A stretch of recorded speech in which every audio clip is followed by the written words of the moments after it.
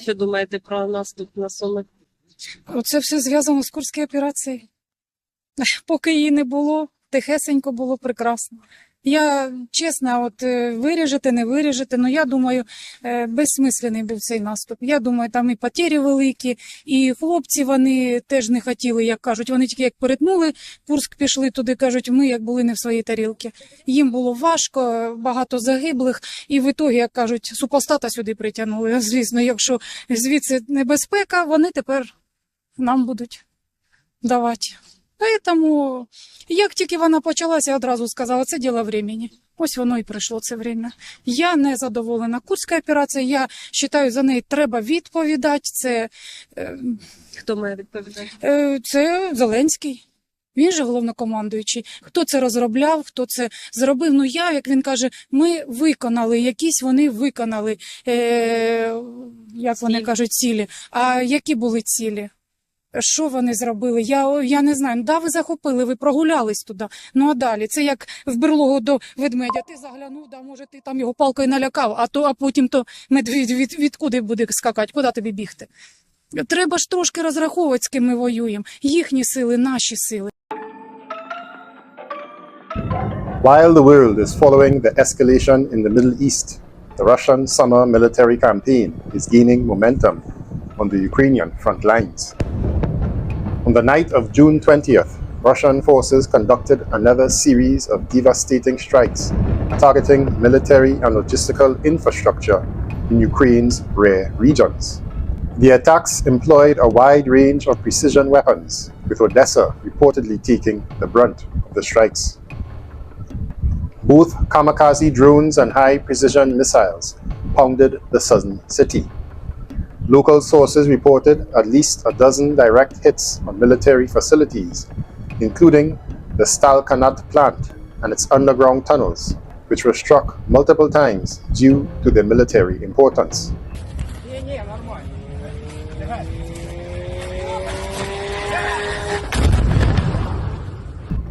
Additional strikes hit the Food Academy building, the Law Academy, railway infrastructure, gas facilities, and ammunition depots. Ukrainian air defense systems malfunctioned, causing downed drones to crash into residential areas. Local authorities again accused Russian forces of targeting civilians, but eyewitness accounts contradict these claims. Footage from the scene shows civilians confirming that a Geran drone intercepted by air defenses caused a fire in an apartment building. Kharkiv also faced heavy bombardment, with at least 9 fires reported. A military command post, warehouses, and industrial facilities were hit, causing secondary detonations. Pounding the Ukrainian rare areas, the Russian army is developing an offensive on the front lines. In the Sumy region, the Russian military declared another victory on June 19th, securing full control of Novopavlivka. Ukrainian forces launched 20 counterattacks over the past day, but failed to achieve significant gains. Heavy fighting continues, with Russian reserves being deployed to keep up the pressure. Ongoing Ukrainian attempts to break into the Kursk region saw Ukrainian infantry from the 47th Mechanized Brigade attempting attacks near Novi Put, but they were repelled by drone strikes. Another assault near Totkino by the 24th Separate Assault Battalion ended in a Ukrainian defeat with casualties. The Constantinivka direction remains fiercely contested, with Russian troops pushing from different directions. The Ukrainian command deployed significant reserves to resist in Yablonivka and Alexandro-Kalinovi. The reinforcement inflicted heavy losses to the attacking Russian mechanized troops. Overall, the situation remains dynamic, with Russian forces maintaining pressure across multiple fronts, while Ukrainian counterattacks face stiff resistance.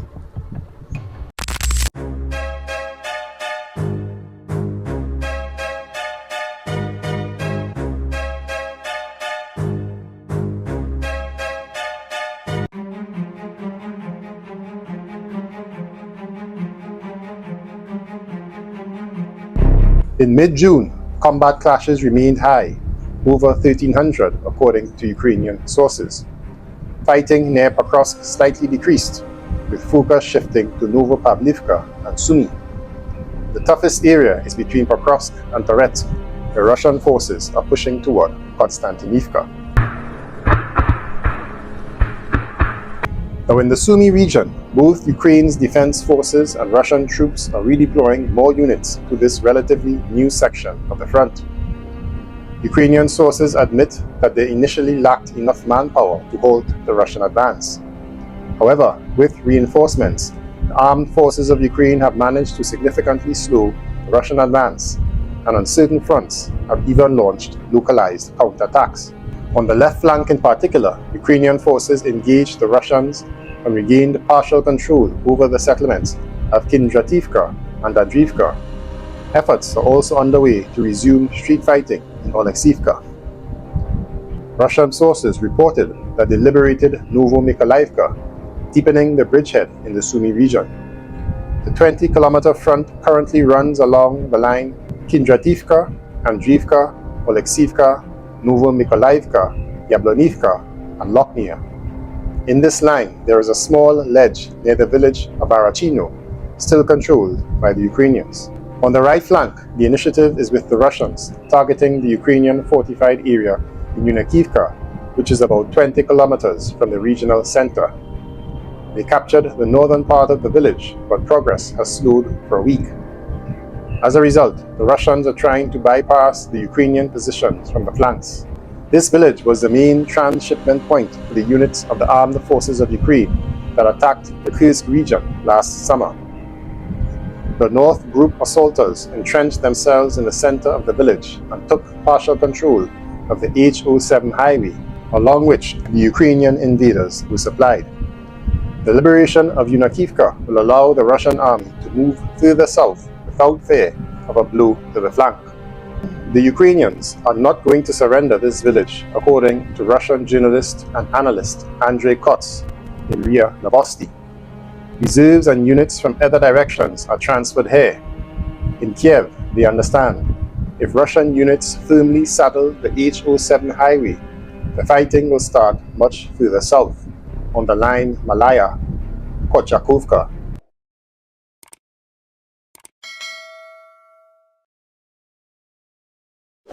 Behind these settlements, there is a large forest and heights from which you can keep the regional center, the city of Sumy that is, under fire control. The Russian command has several options. The strike from Belgorod region will allow it to take control of the R45 highway.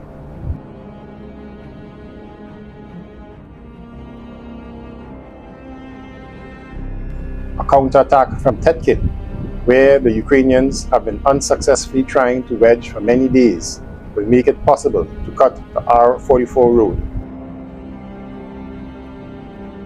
and go to Sumy from the northwest.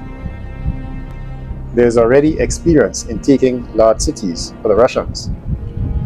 The same Mariupol is 1.5 times more than twice in population than Sumy. Mariupol was released as a reminder in less than 3 months. In Sumy, high-rise buildings prevail, but there is also a private sector. Among the large industrial enterprises which Ukrainian troops love to cling to in defense is the Sumy Machine Building, Scientific and Production Association. It produces products and units for the oil and gas, nuclear and chemical industries of Ukraine. The loss of that city will hit the Ukrainian economy very hard. On the left flank, the Russians are blocked by Yablonivka, where the Ukrainian defense forces have been fiercely fighting for a second week.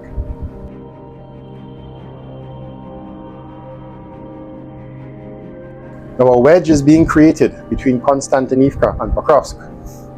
Russian forces are attacking along the entire perimeter of the Constantinivka front, tightening the noose around the city. On all sides, the front line has crept to within 12 to 14 kilometers of the city.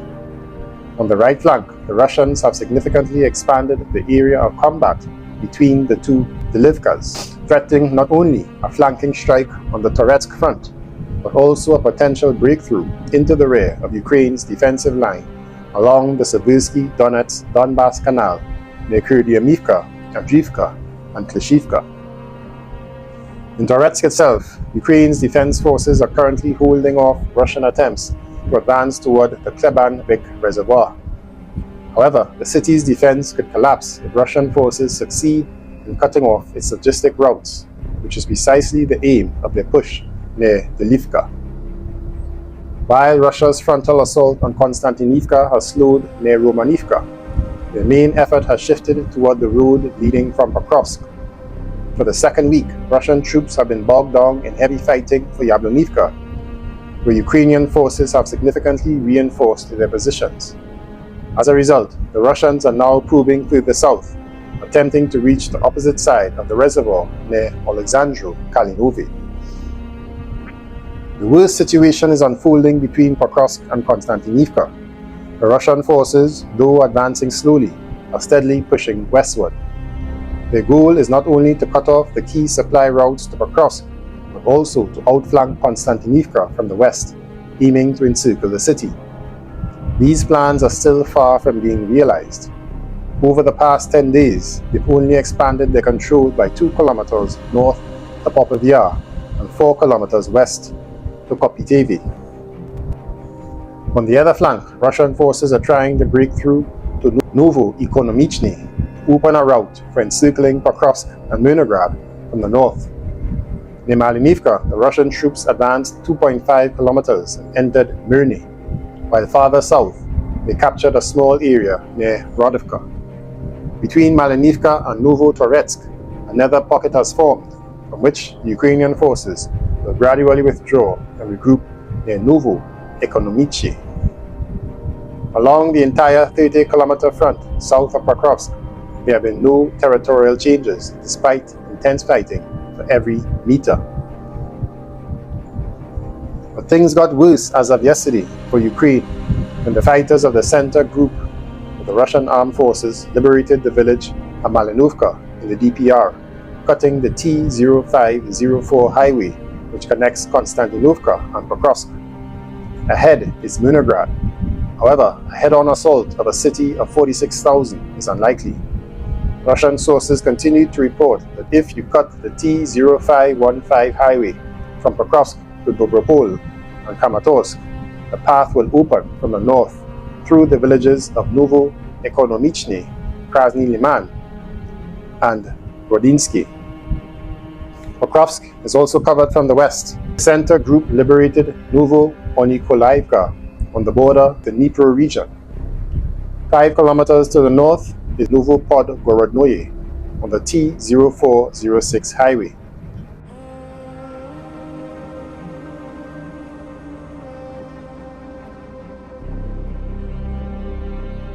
Reinforcements and ammunition are transferred from Dnipro region and Zaporizhia on it.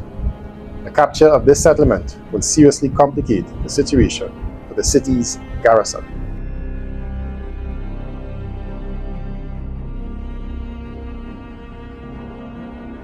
Lastly, on the Novopavlivka front, the Dnipro region prepares to hold the defensive line.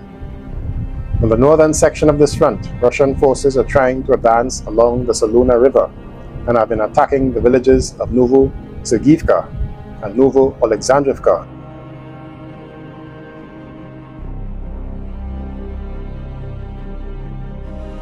For over a month. The goal is to extend the front line to create a potential entry point into the Dnipro region. Despite some claims that Russian troops are already advancing deep into the Dnipro region, in reality, they are paused just a few kilometers short of the administrative border. Moreover, near Kotlyarivka, Ukrainian forces have pushed the Russians back by 1.5 kilometers during the past week. While isolated Russian assault groups have occasionally crossed the nominal border, their time there tends to be temporary. Meanwhile, in the southern part of the Novopavlivka front, the situation is worsening for Ukraine as the Russian troops are making rapid breakthroughs. Attacking along the Vovcha River and having already captured Constantinople, Andriivka, and Bogatyr, they managed to push 10 kilometers west past Oradny and are now engaged in fighting with the village of Zaporizhia. This creates a significant threat of encirclement for the defenders of the fortified areas in Oradny, not to mention those holding the northern outskirts of Bogatyr. At the same time, another Russian group attacked along the Mory-Yali River and nearly captured another Ukrainian fortified position in Pomar. Russian forces also crossed the river and established a foothold in Fedorivka. By doing this, they are disrupting the Ukrainian forces' plan to contain them between the two rivers and prevent them from breaking beyond the perimeter. Currently, the Ukrainian defense forces are working to stabilize the front and stop the Russian advance near the Dubny. Following the collapse of the front line near Dnipro area, Russian forces were able to intensify the offensive further south in the area of Bulatsky.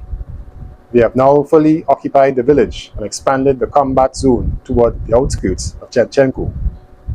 Additionally, the Russians have more or less completely taken control of the village of Novopavlivka.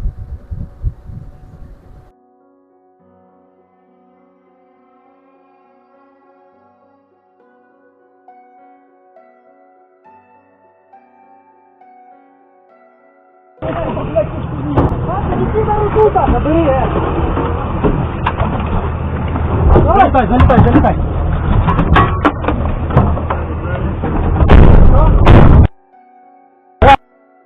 Бегом! Здесь только что 3 минуты назад истеричка пролетала в сторону села. Давайте вали отсюда вона.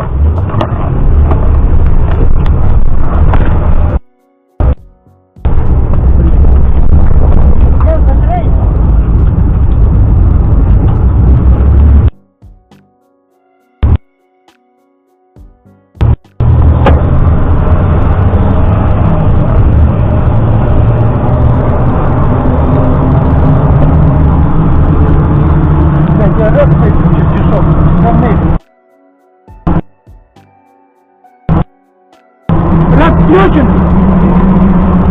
Я его походу выключить, тумблеров сюда вверх должен быть. Вниз.